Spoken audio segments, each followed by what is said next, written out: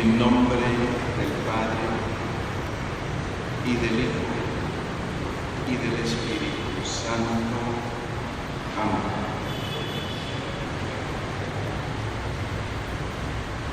Queridos hermanos que han llegado para asistir a esta primera charla cuaresmal, hermanos que nos siguen por la radio y que más tarde nos seguirán a través de las imágenes de la televisión.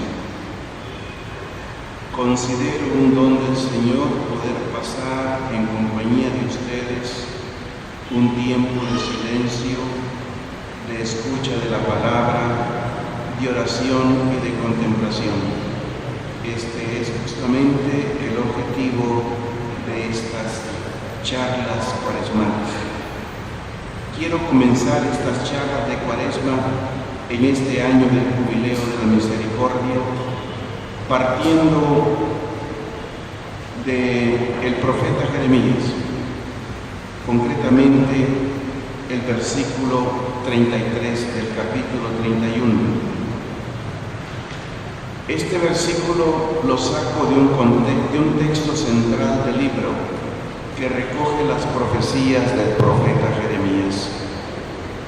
Así dice: esta será la alianza que haré con el pueblo de Israel después de aquellos días, oráculo del Señor. Pondré mi ley en su interior, la escribiré en su corazón.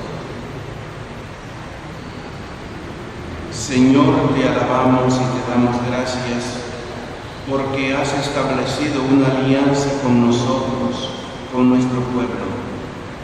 Has establecido una alianza con la iglesia de Estelí, con la iglesia de Nicaragua, con la iglesia de América Central. Has establecido una alianza con toda la iglesia católica extendida por el mundo entero en comunión con el sumo pontífice Francisco. Te damos gracias, Señor, por el don de la alianza. Nos sentimos seguros y confiados, descansando en ella, porque es expresión de tu misericordia, aunque los problemas sean tantos. Tú conoces los innumerables y dolorosos problemas de mi diócesis de Estelí y los de la ciudad de Estelí, de Somoto, de Ocotal y de todas las poblaciones de este cachito de patria que constituyen la diócesis de Estelí. Por eso te pedimos que pongas de nuevo tu ley en nuestro corazón en estos días de Cuaresma, que la escribas en nuestra vida y que a través del silencio, Padre, de la escucha de la palabra y de la meditación, consigamos descubrir que tú escribes en nosotros tu ley, que es una realidad de amor, que vuelves a escribir en cada momento por la gracia del Espíritu Santo esta realidad. Te pedimos que la escribas también en nuestro pueblo nicaragüense, que sintamos la fuerza de tu amor, que la escribas en nuestras parroquias, en nuestras diócesis, para que así puedan todos proclamar que tú eres nuestro Dios y nosotros somos tu pueblo. Padre, escucha nuestra oración por Jesucristo, tu Hijo, nuestro Señor, y por intercesión de la Virgen María. Amén. En el nombre del Padre, y del Hijo, y del Espíritu Santo. Amén. Y con esta oración introductoria voy marcando por dónde caminaremos en nuestras charlas cuaresmales. Vamos a leer el libro del profeta Jeremías, pero igual que se hace con una muestra de perlas o piedras preciosas que se van eligiendo las que interesan y dicen algo y se dejan las demás.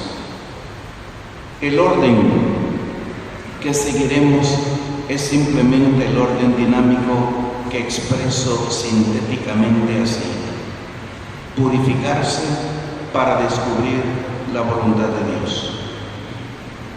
Hay oráculos muy hermosos de Jeremías sobre la purificación del corazón, y que será la primera parte de nuestras charlas. Elegiré alguna imagen entre las más poéticas. Ustedes han de saber que Jeremías, igual que Isaías, fue un gran poeta. Por eso se hace difícil la interpretación de sus oráculos, porque no es lo mismo leer un texto en prosa que una poesía.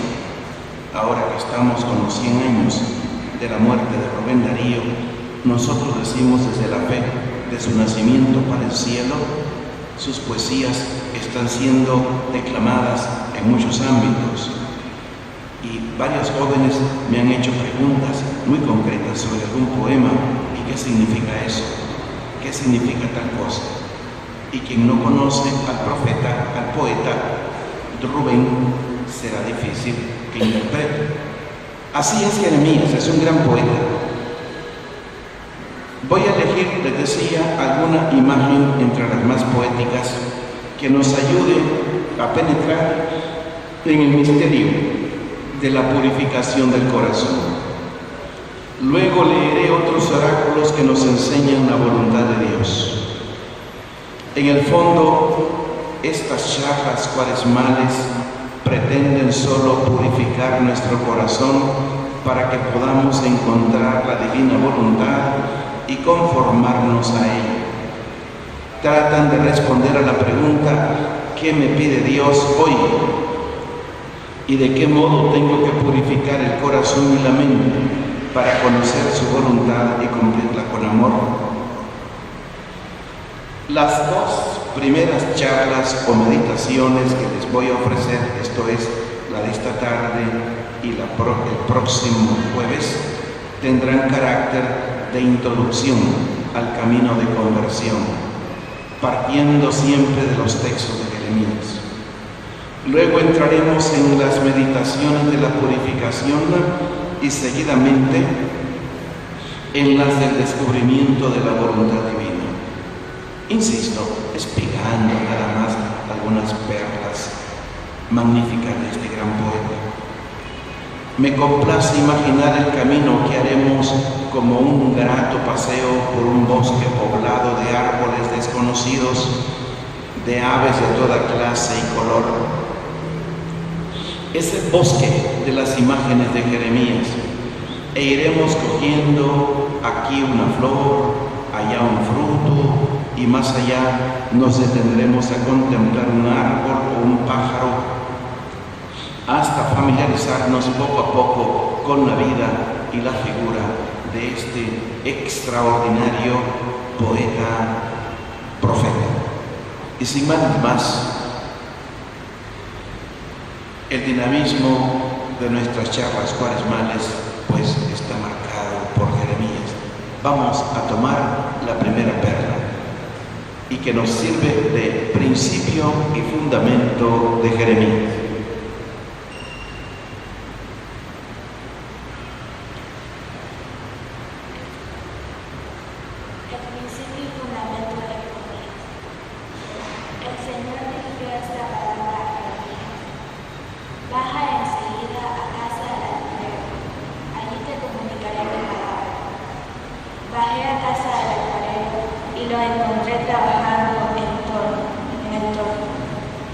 Si se estropeaba la vasija que estaba haciendo mientras moldeaba la arcilla con sus manos, volvía a hacer otra a su gusto.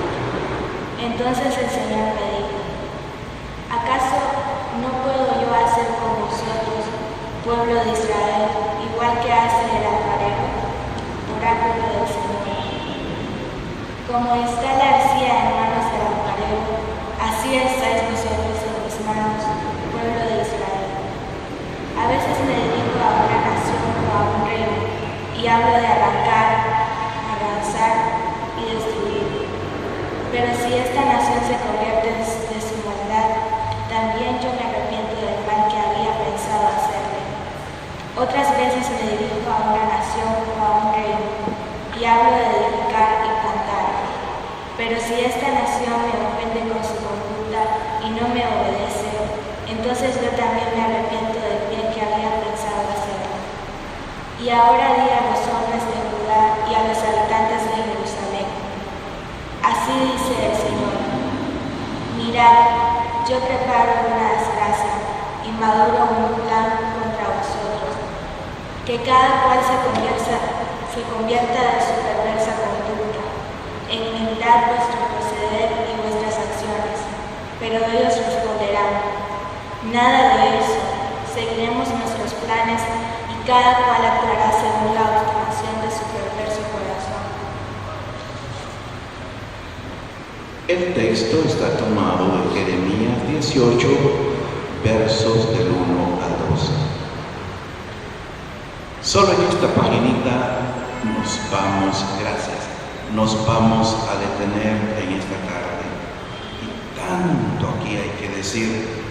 Vamos a considerar esta página en su unidad y la meditaremos según el triple paso fundamental.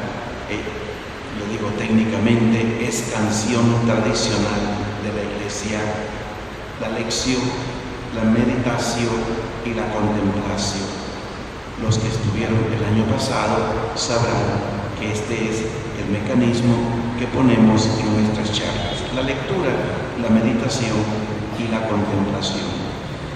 ¿Les parecerá extraño que hable de contemplación a jóvenes inquietos? Yo sé que un muchacho tocado por la gracia es capaz de entrar en las honduras de la contemplación. Basta que piense en un Santo Domingo sabio. En la lección volveremos a leer lentamente el texto para resaltar así sus elementos, pues frecuentemente creemos conocer un texto bíblico y cuando volvemos a leerlo descubrimos algún tesoro que antes no vimos. Máxime si el texto yo no lo conozco, lo escuché o lo leí una vez y pasé de noche en muchos elementos. En la meditación nos preguntaremos qué mensaje encierra ese texto. Y finalmente, en la contemplación, estableceremos un diálogo con Dios que habla a cada uno de nosotros. Hagamos pues la lectura, una lectura. El texto ha sido proclamado, ya tocó nuestra inteligencia, ahora vamos a ir desmenuzando un poco. Primero, ¿en qué tiempo histórico tuvo lugar esta Neum, este oráculo? Puesto que en el verso 11 el Señor dice: mirad, yo preparo una desgracia, maduro un plan contra vosotros. Se cree que fue pronunciado antes del gran castigo de la invasión de Jerusalén en el 598 por las tropas de Nabucodonosor, 10 años antes de la caída final de Jerusalén y el comienzo de la esclavitud, que fue en el 588. Se puede afirmar muy genéricamente que pertenece al primero o segundo periodo de la vida del profeta. Cuando andaba, más o menos tendría este profeta unos de 35 a 45 años. Estaba joven, como decimos de Rubén Darío, que murió muy jovencito, apenas tenía 49 años. El texto se refiere efectivamente a algunas características propias de la vocación de Jeremías que los que están familiarizados con la palabra conocerán muy bien. Fijémonos, por ejemplo, en los verbos del verso 7. Hablo de arrancar, arrasar y destruir.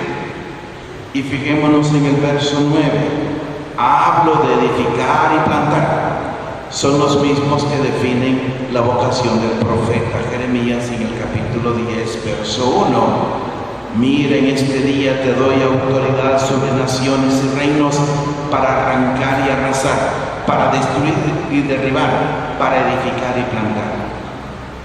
Son, por tanto, verbos tradicionales para señalar el ministerio de Jeremías. No nos es posible, sin embargo, dar nuevas precisiones sobre el tiempo. Primera cosita. Segundo, por eso es importante tratar de leer el texto según la división de las partes, ver cómo se estructura y entenderlo en su dinámica interna. Trataré de ser lo más sencillo posible. Fundamentalmente, las partes son dos. Los versos del 1 al 4 es la primera y contiene la orden misteriosa impuesta al profeta y la ejecución de la orden. Es una parte totalmente simbólica, enigmática y sin comentarios. Dios ordena y Jeremías ejecuta, pero no se comprende de qué se habla. Vete, baja enseguida a casa del alfarero, allí te comunicaré mi palabra. Bajé a casa del alfarero y lo encontré trabajando en el torno. Si se estropeaba la vasija que estaba haciendo mientras moldeaba la arcilla con sus manos, volvía a hacer otra a su gusto. ¿Ya? Orden, ejecución. La segunda, de los versos 5 al 12, es el oráculo de explicación de la acción y está dividido a su vez en 3 momentos. El oráculo propiamente dicho se expresa de forma interrogativa. ¿Acaso no puedo yo hacer con vosotros, pueblo de Israel, igual que hace el alfarero? Y luego de forma afirmativa, como está la arcilla en manos del alfarero, así estáis vosotros en mis manos, pueblo de Israel. Y aquí está el nudo de todo el oráculo. En un segundo momento, el oráculo se explica de forma negativa. Se habla de arrancar, arrasar, destruir.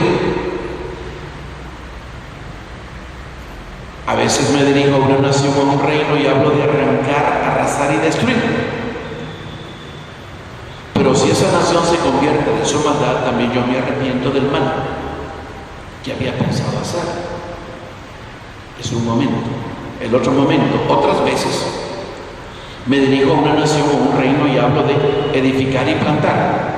Pero si esa nación me ofende con su conducta y no me obedece, entonces yo también me arrepiento del bien que había pensado hacer. Aquí están los 2 momentos, negativo y positivo, edificar y plantar, como si dijera, el Señor realiza lo que quiere, destruye y edifica. Después de la explicación llega el momento de la aplicación, los versos finales. Y ahora di a los hombres de Judá y a los habitantes de Jerusalén, Koch amar Yahvé. Así dice el Señor: mirad, yo preparo una desgracia y maduro un plan contra vosotros, que cada cual se convierta de su perversa conducta, enmendad vuestro proceder y vuestras acciones. Ese es lo que el Señor está mandando, el mensaje que está mandando el Señor por boca del profeta a los hombres de Judá y a los habitantes de Jerusalén. Nosotros podemos llamar la parte de exhortación. Técnicamente se dice la parte parenética.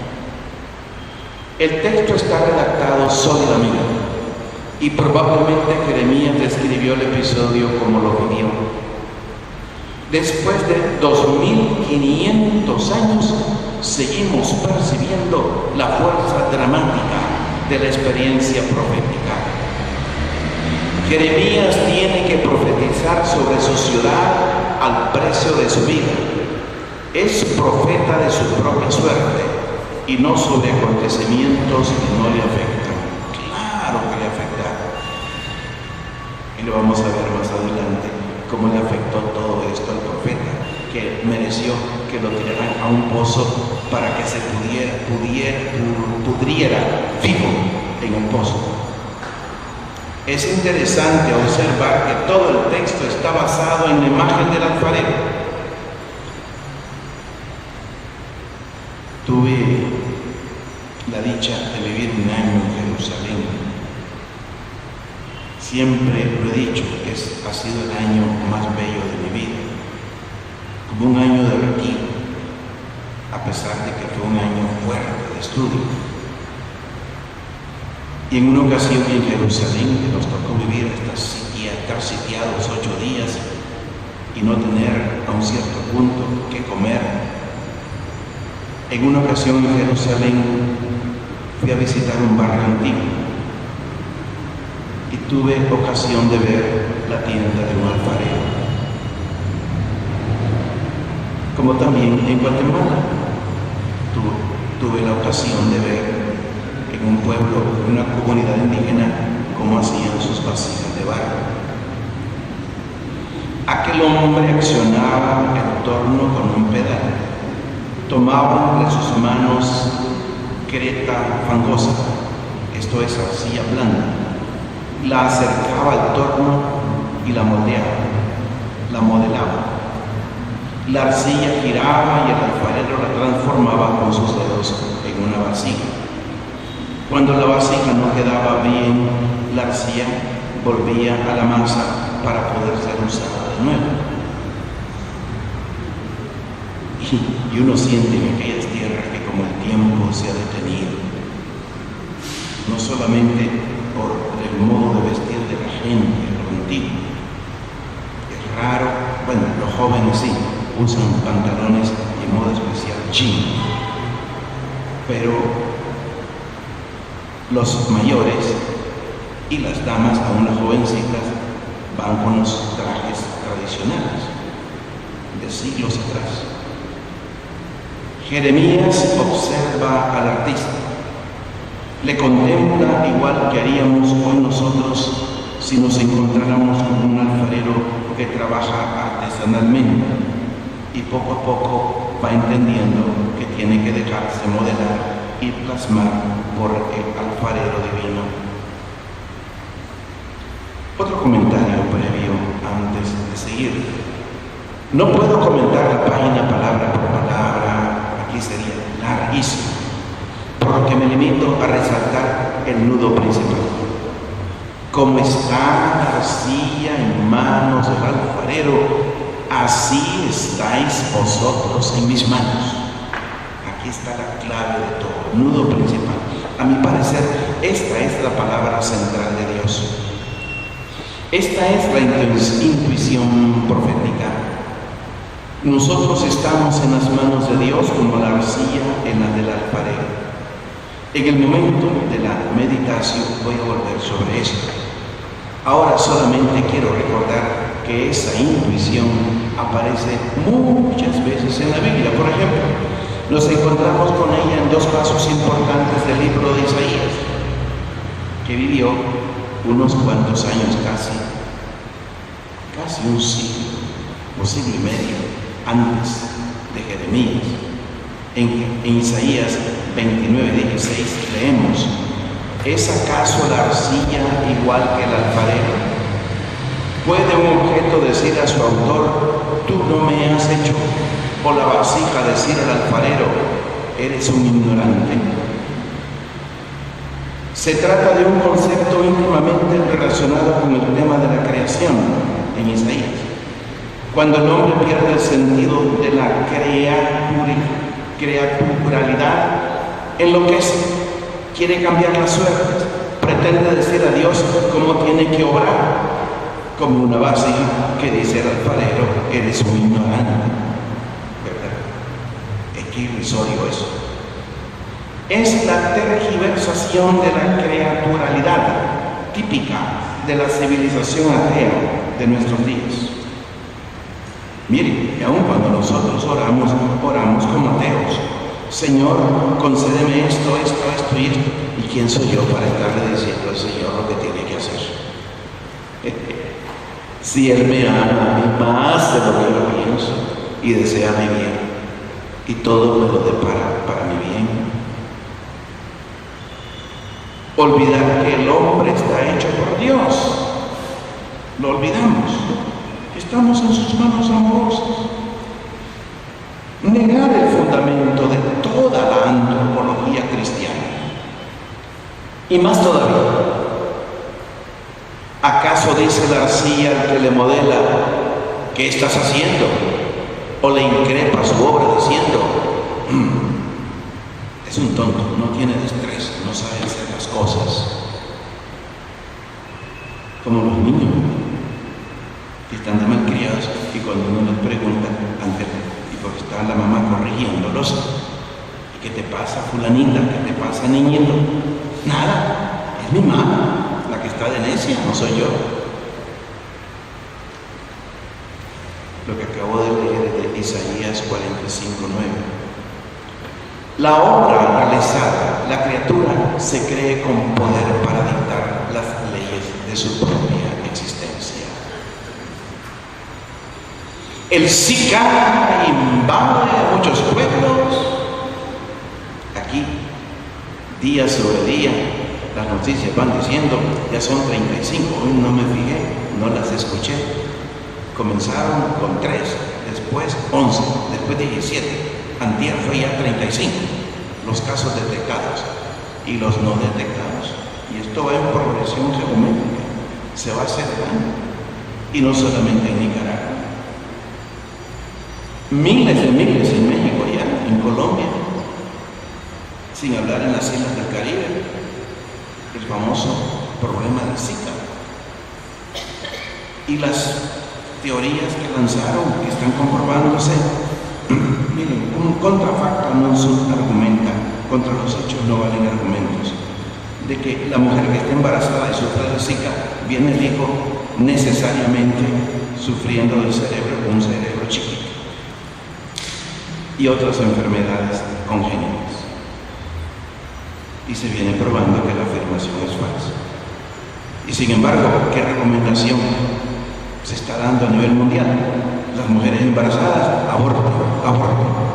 Es toda una campaña anti-aborto en el fondo, la que se quiere lanzar sobre el texto del mosquito. No me meto a discutir las estadísticas. Pero bien, lo que quiero centrarme es en esto. La obra realizada, la criatura, se cree con poder para dictar las leyes de su propia existencia. La metáfora del alfarero puede verse en otros textos de la Escritura, pero tiene su origen en el relato del Génesis, por ejemplo, capítulo 2, verso 7. Entonces el Señor Dios formó al hombre del polvo de la tierra, formó al Adán de la Adama. El hombre está formado por quien sopló en su nariz un hálito de vida, y aquel barro, aquel Adán, vino a ser un hayot, un ser viviente, lo convirtió en un ser viviente con ese soplo de vida. Este es el principio de la visión auténtica del mundo. También San Pablo recogerá esta imagen en la carta a los Romanos, en el capítulo 9, versos del 20 al 21. Pero, ¿quién eres tú, pobre hombre, para exigir cuentas a Dios? Dice Pablo. ¿Es que un vaso de barro puede decir al que lo ha modelado, ¿por qué me has hecho así? ¿O es que el alfarero no puede hacer del mismo barro tanto un vaso de lujo como uno corriente? El discurso de la creaturalidad, tan arraigado en la tradición bíblica hebrea, es un punto de referencia irrenunciable para hablar del hombre y de Dios. Ya no sigo comentando, no me alargo más. Entremos al segundo paso, la meditación. Después de leer la página de Jeremías, pasemos a la meditación con el deseo de captar su mensaje para nosotros. Meditación, decimos en castellano, y la meditación es meterse en el texto como un personaje más del texto, sintiéndome yo parte de ese texto. Ok, el fin es captar qué me dice a mí en este momento el mensaje, para mi cultura, para nuestra iglesia, para nuestra civilización. Naturalmente, cada uno debe preguntarse cuál es el mensaje para mí en esos días de Cuaresma. Y la mejor respuesta puede tenerla en la oración, leyendo y releyendo el texto a la luz de Isaías, de Génesis, Pero la belleza de la lección divina consiste en que, meditando un texto, la memoria nos recuerda instintivamente otros. La lección divina nos permite pasear por los prados de la Escritura y descubrir una perla tras otra, de tal modo que estas palabras perlas se refuerzan mutuamente y nos ayudan a conseguir el sentido del mundo de Dios, a entrar en el misterio de su palabra divina. Yo les sugiero 3 pistas de reflexiones para profundizar y entrar en la meditación. Extraigo la primera de Salmo 100, verso 3, que expresa de forma directa la imagen del alfarero. Es un salmo de alabanza, de introducción a la oración. Sabed que el Señor es Dios. Él nos ha hecho y somos suyos, su pueblo y ovejas que Él apacienta. También es interesante el Salmo 96, versos 5, 6 y 7. Pues los dioses de las naciones son pura nada, pero el Señor hizo los cielos. Reconocer la gloria y el poder del Señor, adorar al Señor en su santuario. Decir a las naciones, el Señor es Rey. Se trata de modos de afirmar el gesto decisivo de la vida humana que consiste en reconocer que somos de Dios. Se trata de modos de expresar el gesto religioso y fundamental de la adoración. La diferencia de quien cree y de quien no cree está especialmente en la capacidad o no de adorar. En las últimas semanas, cuando escribí esto hace algún tiempecito, estaban hablándose mucho en las noticias de suicidios. Gracias a Dios, en estos últimos años Estelí no se está llevando la palma en el índice de suicidios.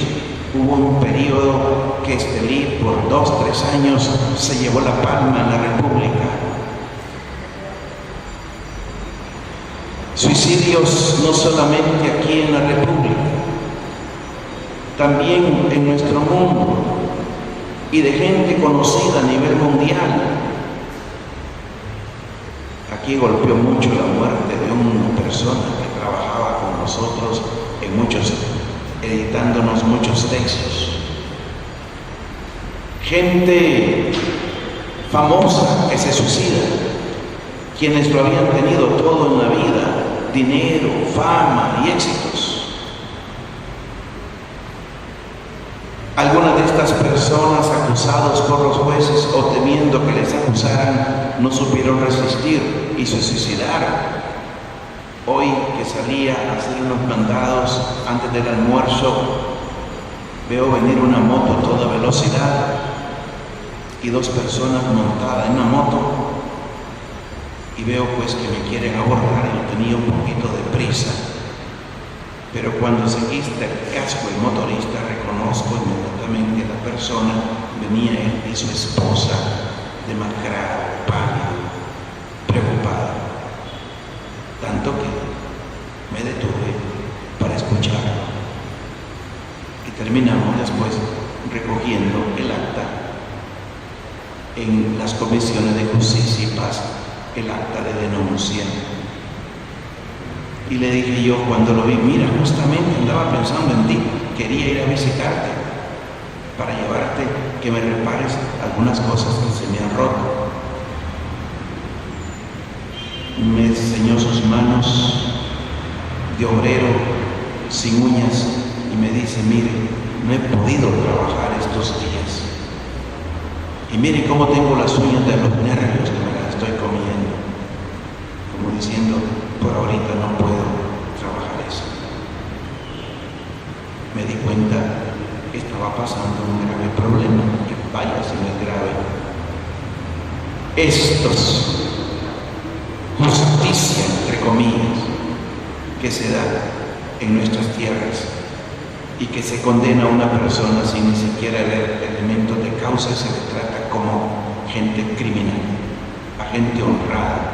¿Cuántos casos nos van cayendo de abusos de la policía. Mucha de esta gente, viendo las raíces por qué se suicidan, temiendo que los acusaran, no supieron resistir y se suicidaron.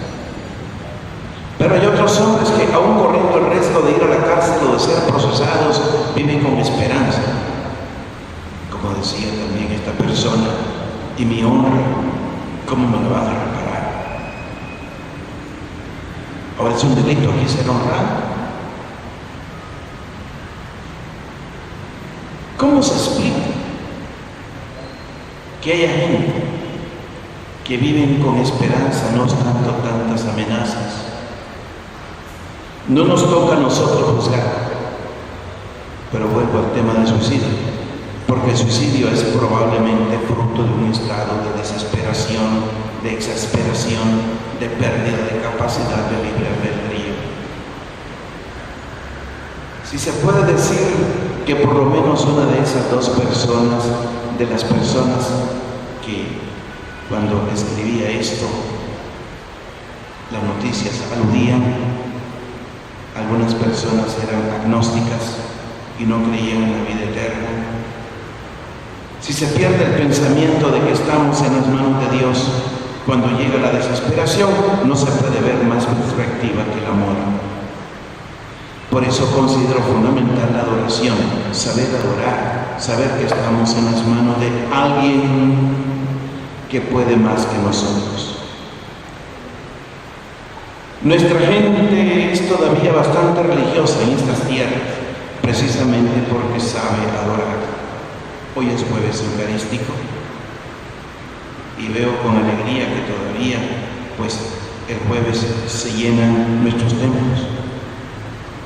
Pero son pocos comparado con la enorme masa de personas que creen y que no vienen, pero creen a su modo. En ciertos lugares, en cambio, la gente es indiferente, no tiene ya el sentido de la creaturalidad que se encuentra en la raíz de la oración, del culto y de la moral vivida como moral revelada. Gracias, Señor mío y Dios mío, porque puedo adorar, porque es un gran don adorar.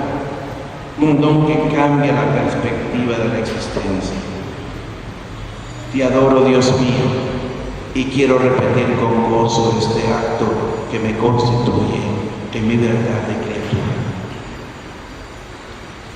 Otra pista de reflexión sugerida por Jeremías es que yo puedo resistir a la acción de Dios, que puedo evadirme de las manos del alfarero que me está modelando.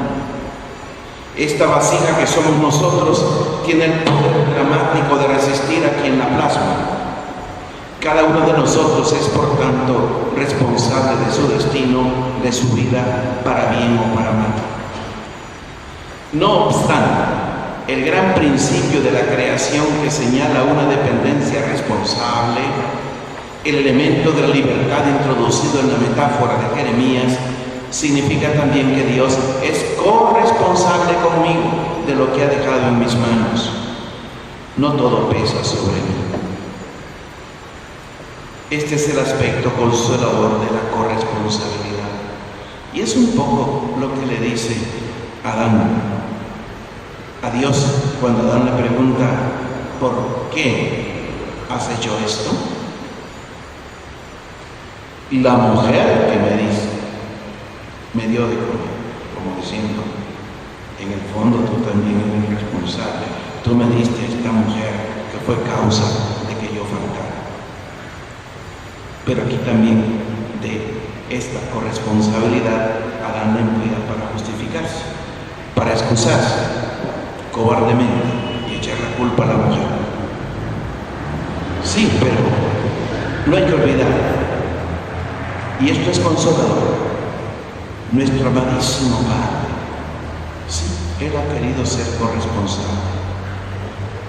Quien no cree y es no obstante un hombre serio, honesto y leal, un hombre que siente mucho la responsabilidad de su vida, piensa que todo se apoya en sus espaldas, por lo que en un determinado momento puede sentirse agobiado. De ese modo, si comete errores, se autoculpabiliza. Quien en cambio tiene fe, sabe que nunca está solo, ni siquiera cuando comete un error, pues sabe que hay un alfarero dispuesto a ayudar. Él sabe de qué barro somos hechos.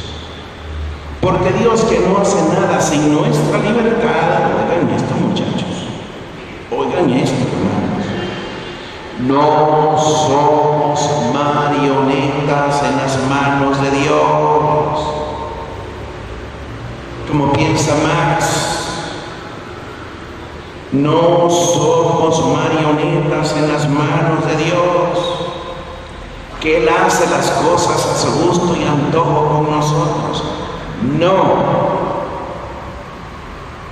Papá Dios nos creó libres, y porque Él es amor, respeta nuestra libertad. No hace nada sin nuestra libertad. Lo hace todo por nosotros, si así lo queremos. Qué tremendo poder tenemos de oponernos a aquel que nos ama inmensamente y que todo lo hace solo por mi amor.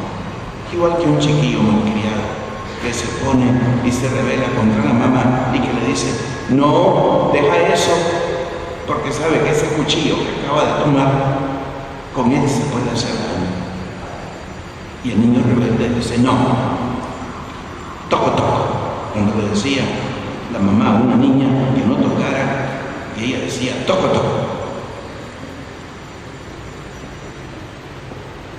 Sí, Dios, que no hace nada sin nuestra libertad, lo hace todo por nosotros, si así lo queremos. Nos apoyará siempre y compartirá nuestro camino difícil y pesado a causa de nuestros errores. Personalmente me siento aliviado y consolado con esta seguridad.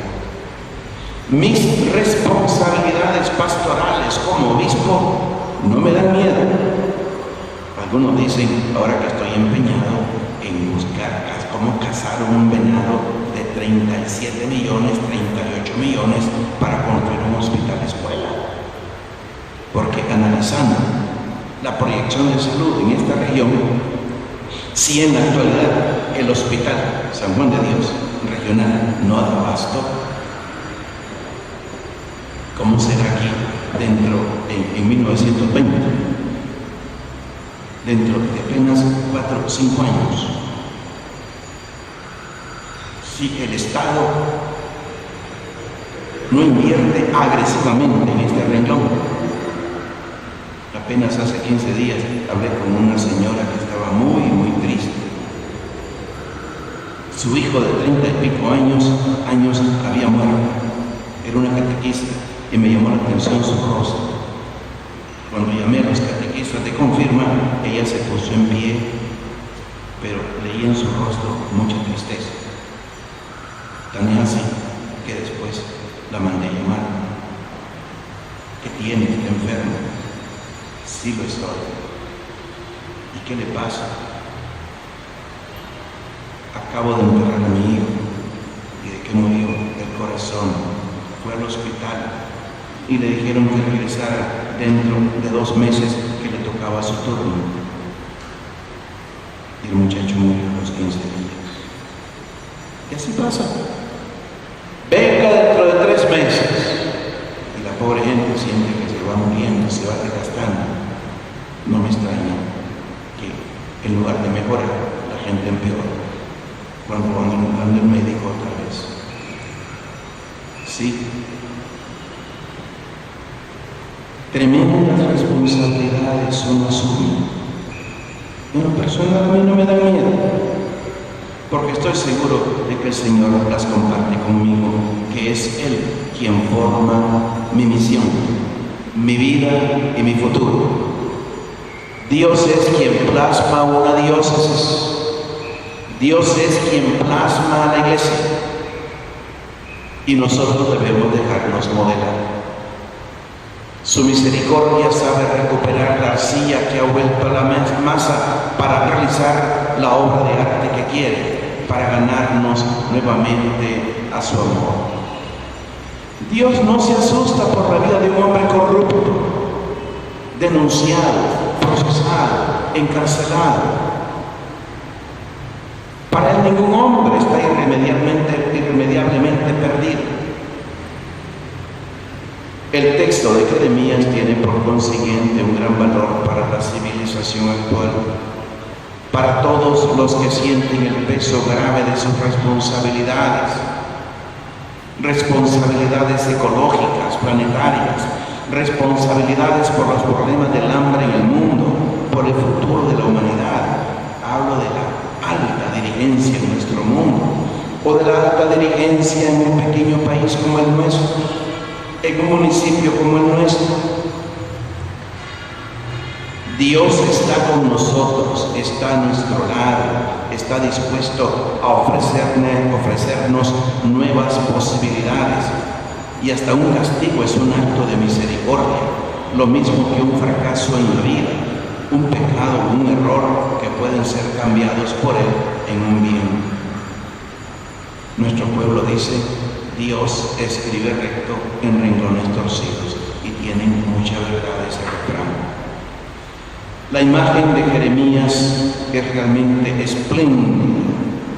Es una síntesis teológica de la relación Dios-hombre, de la relación creación-libertad, responsabilidad, pecado, redención. Miren por dónde va la reflexión, la meditación.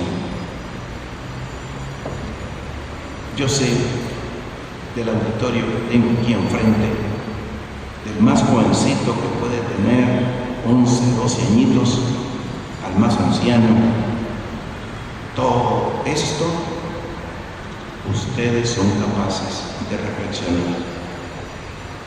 Porque justamente a esta edad de los 11, 10, 11, 12 años empiezan a aflorar las preguntas existenciales, cuando revienta la adolescencia. ¿Para qué nací? ¿Qué sentido tiene mi vida? ¿Cuál es mi vocación? ¿Por qué me tocó nacer en esta familia concreta, de estos padres concretos, en esta república, en esta nación? ¿Por qué? Son tantas preguntas que empiezan a aflorar espontáneamente en el corazón del muchacho, de la muchacha, ya del niño que se prepara a la primera comunión. Ni hablo siquiera del muchacho que se prepara a la confirmación. El tercer escalón, la tercera escansión de la lección divina, la contemplación, es la parte a la que cada uno de nosotros debe dedicarse personalmente, y consiste en dejar de reflexionar sobre el texto y ponerse en actitud de oración. Señor, te adoro por haberme hecho así, como soy. Negrito, chiquito, indito.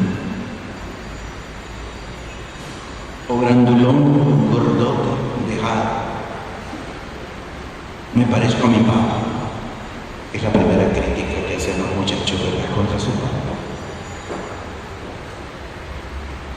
Señor, te adoro por haberme hecho así. A menudo me quejo de cómo me has hecho, y casi me atrevería a pedirte explicaciones. ¿Por qué no me has dado los dones que quería? ¿Por qué mi mamá me abandonó? ¿Por qué he pasado tanta hambre? ¿Por qué no me has concedido ciertas posibilidades? Dios mío, te pido perdón, y estoy seguro que quieres hacer de mí tu obra de arte si me abandono completamente en tus manos. Los estoy conociendo, jóvenes. Hoy por vez primera pude ver vuestros ojos, y segunda vez hoy que los vuelvo a ver. Y nos iremos conociendo. Algunos de ustedes Tengo años de conocerlos, desde que estaban en brazos de sus padres, o que fueron puestos en mis brazos.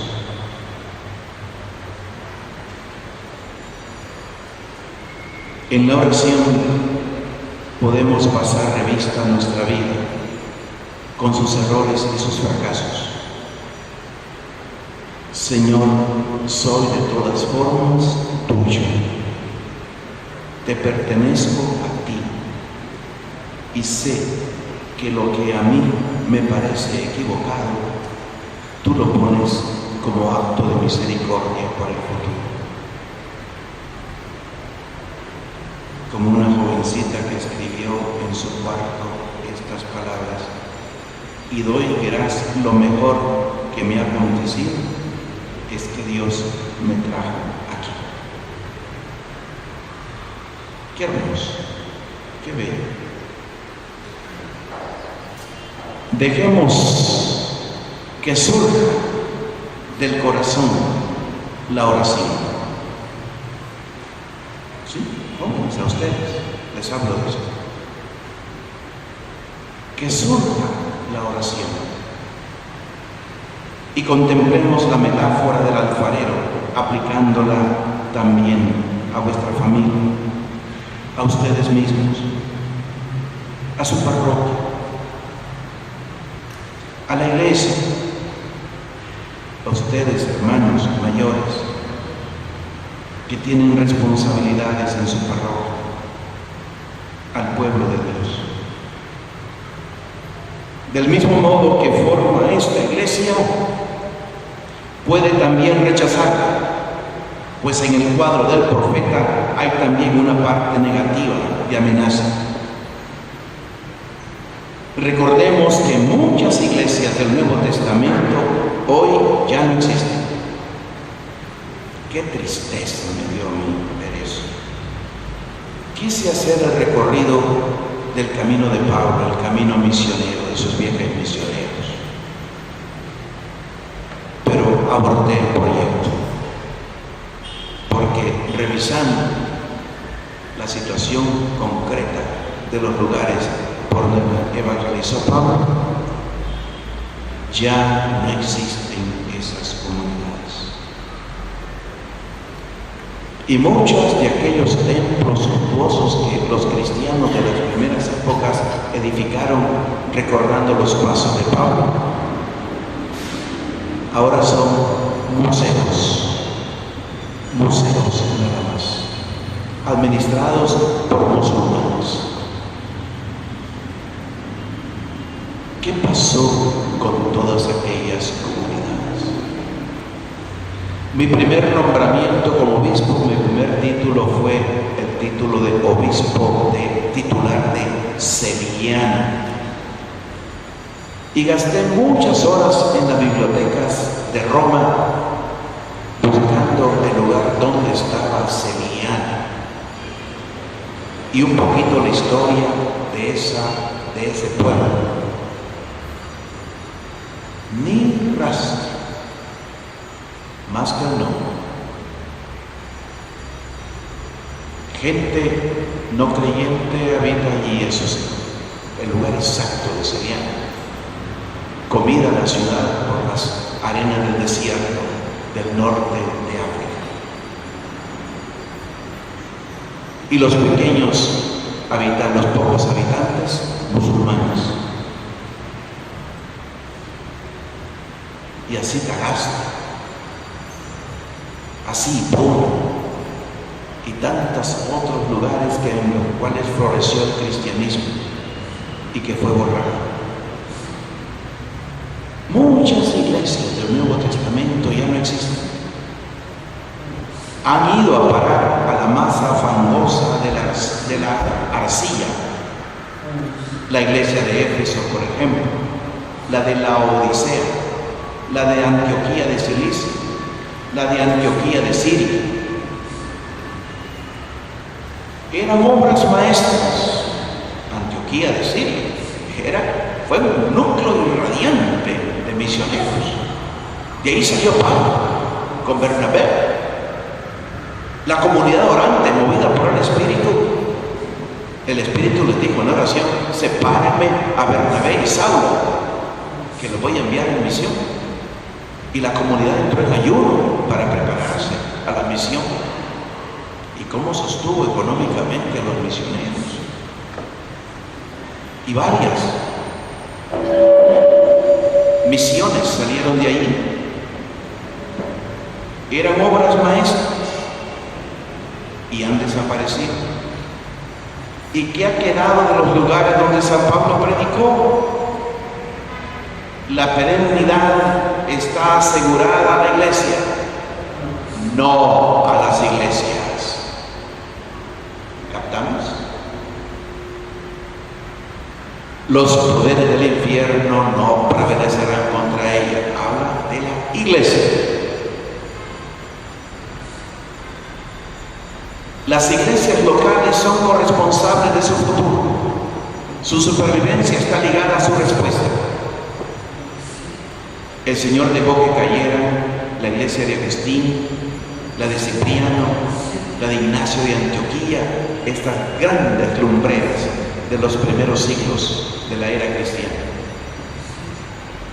Espero, chavalos, con esto picarles las ganas de estudiar la historia de su iglesia católica. Que no nacimos con la rebeldía de un monje. La historia, por consiguiente, es seria y se nos confía a nosotros. Pero Dios destruye aquí y construye allá, pues Él es el Señor de la iglesia y de la historia. Señor, tú eres el Señor de la iglesia nicaragüense, de la iglesia de Estelí. Eres el Señor de las iglesias de América Latina y de las de Europa, África, Oceanía y Asia. Tú quieres reconstruir las iglesias en dificultad cuando nosotros vivimos el sentido de la adoración, cuando nos sentimos humildemente en tus manos. Una última sugerencia, porque parece que cuando va llegando la hora de la Eucaristía, ya también se planifica a esa misma hora toda una baraúnda de ruidajes justamente al otro lado de la calle, como que justamente esa expresión de esta falta de respeto a la cultura, a la fe de un pueblo, son expresiones de ese ateísmo que, aunque todavía aquí no se niega explícitamente a Dios, aunque hay gente que lo niega, sin embargo, se vive ut si Deus non daretur, como si Dios no existiera. Y las expresiones de un pueblo, de la fe de un pueblo, se manosean y se bloquean. Tan es así que para poder celebrar la Eucaristía tenemos que cerrar esas puertas, porque si no, no se puede. Miren por dónde van apuntando las cosas. Y esto hace rato que se viene dando en este municipio y en otros. Y esa lucha por tener el derecho a expresar nuestra fe. Una última sugerencia para vuestra oración personal. Perdonen los mayores, mi ojo está centrado en modo especial en estas preciosas perlas que Dios me dio para este año. Estos jovencitos que se han alistado en nuestro instituto técnico. Creo en la capacidad de transformación de un joven. Creo en la capacidad de cambio que un muchacho convencido puede imprimir en su medio ambiente, porque lo he visto y lo he vivido en mis años de pedagogo. Y no solamente aquí en Nicaragua, en tantísimos otros lugares. Una última sugerencia para vuestra oración personal.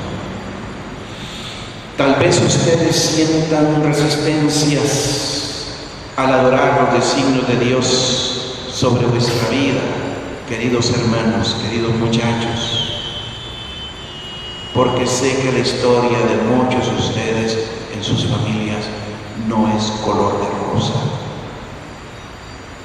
Hay odio, hay hambre, hay desnudez, hay lágrimas, hay amargura. Por eso algunos de ustedes van creciendo sin el calor de mamá, que es lo peor. Ya no hablo del calor de papá, al cual algunos de ustedes ni conocen. Van creciendo sin el calor de mamá.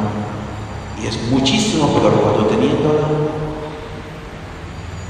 mamá es ajena a ustedes y ustedes ajenos a ella. Y les resultará difícil adorar a Dios por su historia personal. Para aquellos comprometidos con su propia iglesia, con su parroquia, que descubren los defectos que hay en ella, en nuestros párrocos, en la gente que se alista en pequeñas comunidades, en los procesos de evangelización.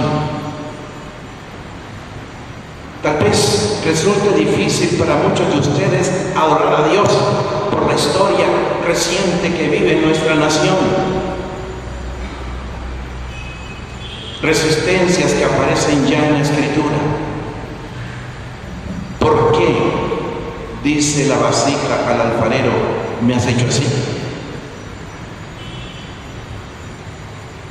Dejen que esas resistencias se expresen para elaborarlas y purificarlas en la oración.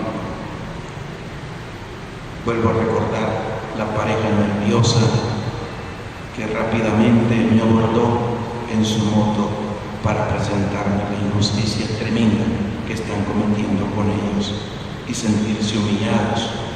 Ni siquiera el derecho a saber por qué le allanan la casa y le revuelven todo. Y cuando querían ver por dónde caminaban los policías, la pesada bota de un policía y amenazas y vulgaridades se cernían sobre ellos tirados por abajo. Se cernía sobre el cuello de ellos. Y el llanto del niño, importando poco todo eso. Estoy repitiendo lo que me contaron. Y lo que un soldado también vivió. Me contó, él era miembro del ejército, recibió una misión de ir a allanar una casa en la cual denunciaron que había droga y armas.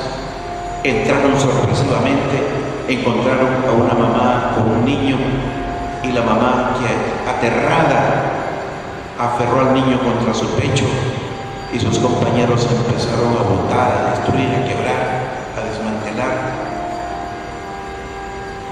Y él supo que era denuncia falsa, igualito que pasa aquí en estas tierras. Y le golpeó muy mucho el dolor de aquella mamá. Apenas pasó la operación, pidió su baja, porque era un buen soldado. Costó que se la diera, se la dieron al fin, se metió al seminario y vino ya como sacerdote a servir a nuestras tierras. Un polaco, genial ese sacerdote, genial. Se metió a la base aquí de Condega a trabajar en la pastoral también, me pidió permiso para trabajar con los soldados. Él como soldado tenía inclinación hacia esos lugares. Yo le dije, entre padre, entre, si le dan chance. Y un concurso de tiro, él se llevó el primer premio. Los generalotes que habían venido de Managua a asistir a aquello, decían, ¿quién es ese hombre? ¿Quién es ese hombre? El coronel que mandaba el cuartel le dijo, es el paro. ¿Qué? El paro. Y así logró en la ciudadanía el derecho a ingresar a predicar a los soldados. Miren, el Señor escribe recto en renglones torcidos. Y todas estas injusticias que claman sangre, sé que el Señor sacará beneficio para este pueblo tan sufrido si en verdad doblamos de corazón la rodilla. Sí, expresemos a Dios nuestras rabias, nuestros fracasos, nuestras desilusiones. Papá Dios quiere purificarnos a través de la oración de todas estas inmundicias. Él quiere hacernos entrar en gran misterio de la creación, del que estoy partiendo en esta mañana, en esta tarde, para hacer con ustedes el camino de esta nueva Cuaresma. Cuaresma que vivimos